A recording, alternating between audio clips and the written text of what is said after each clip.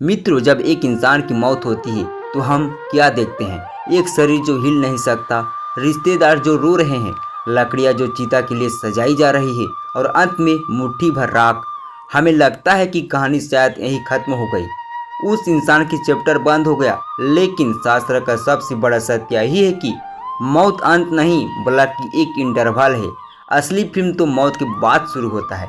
जब शरीर यहाँ रह जाता है तब आत्मा निकलती है एक लंबी यात्रा पर।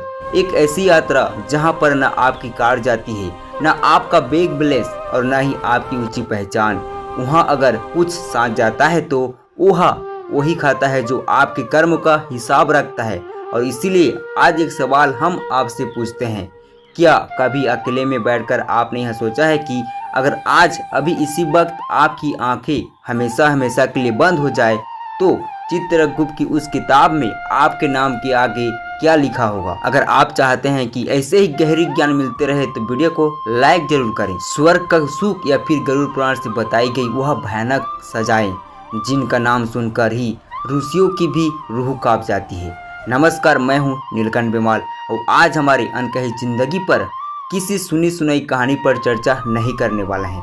आज हम खोलेंगे सनातन धर्म के उस ग्रंथ को जिसे मृत्यु के बाद का संविधान कहा जाता है, गरुड़ पुराण का प्रेत खंड कहा जाता है। आज हम जानेंगे उन 5 महापापों के बारे में जिनके लिए यमराज की अदालत में बेल नहीं मिलती, जिनके लिए नर्क में स्पेशल सेल बनाई गई है।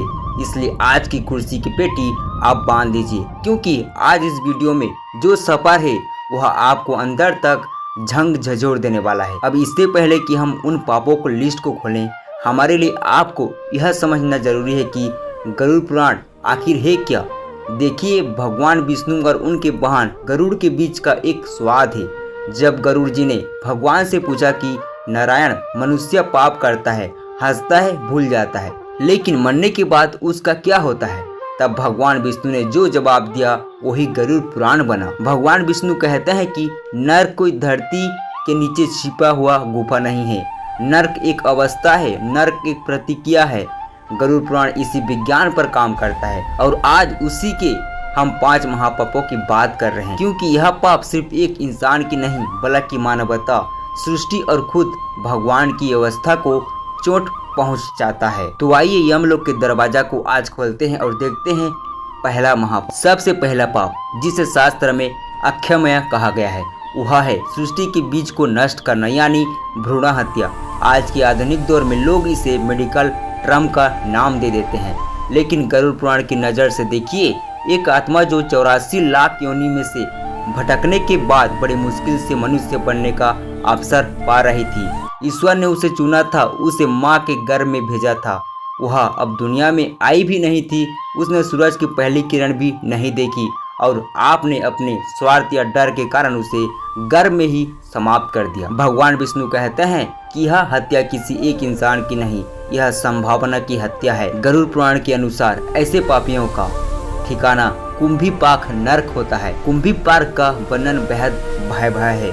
यह विशाल पात्र होता है जिनमें खोलता हुआ दिव्य भरा होता है, लेकिन यहाँ की पीड़ा सिर्फ शरीर की नहीं आत्मा को भी होती है। आत्मा उस तप में तपती है और वही दर्द महसूस करती है जो उसे अजन्मे जीवन ने सहा था। अब बात करते हैं दूसरी महापाप की, एक ऐसा पाप जो कलयुग में तेजी से बढ़ता जा रहा है, नारी की मर्यादा का अपमान। हमारे शास्त्र कहता है जहाँ नारी का सम्मान होता है वहाँ देवताओं का वास होता है। लेकिन जो लोग वासना या अहंकार में अंधे होकर किसी स्त्री का शोषण करते हैं उन्हें गरुड़ पुराण महापापी मानता है। ऐसे लोगों के लिए तामसिक लोक का विधान है, घोर अंधकार से भरी जगह जहाँ कोई रोशनी नहीं, सिर्फ भय और पीड़ा।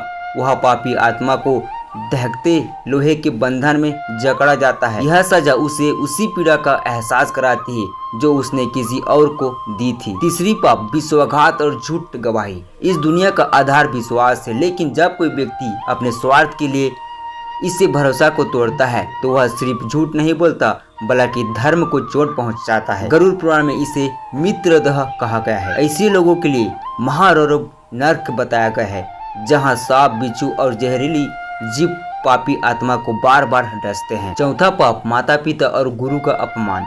जो माता पिता हमें जीवन देते हैं अगर वही हमारे लिए बोझ बन जाए तो यह सबसे बड़ा अधर्म है।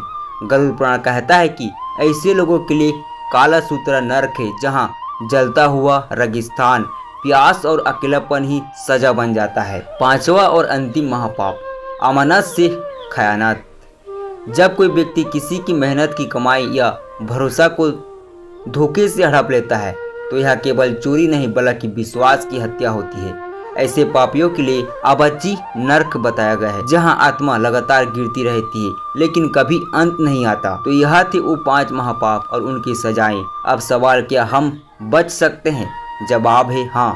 पश्चाताप, सुधार और सच्चे कर्म, जब तक सांस है तब तक मौका है। अगर आपको यह वीडियो पसंद आया हो तो लाइक जरूर करें, कमेंट में लिखें हर हर महादेव, और ऐसे ही गहरे रहस्य के लिए चैनल को सब्सक्राइब करना बिल्कुल मत भूलना।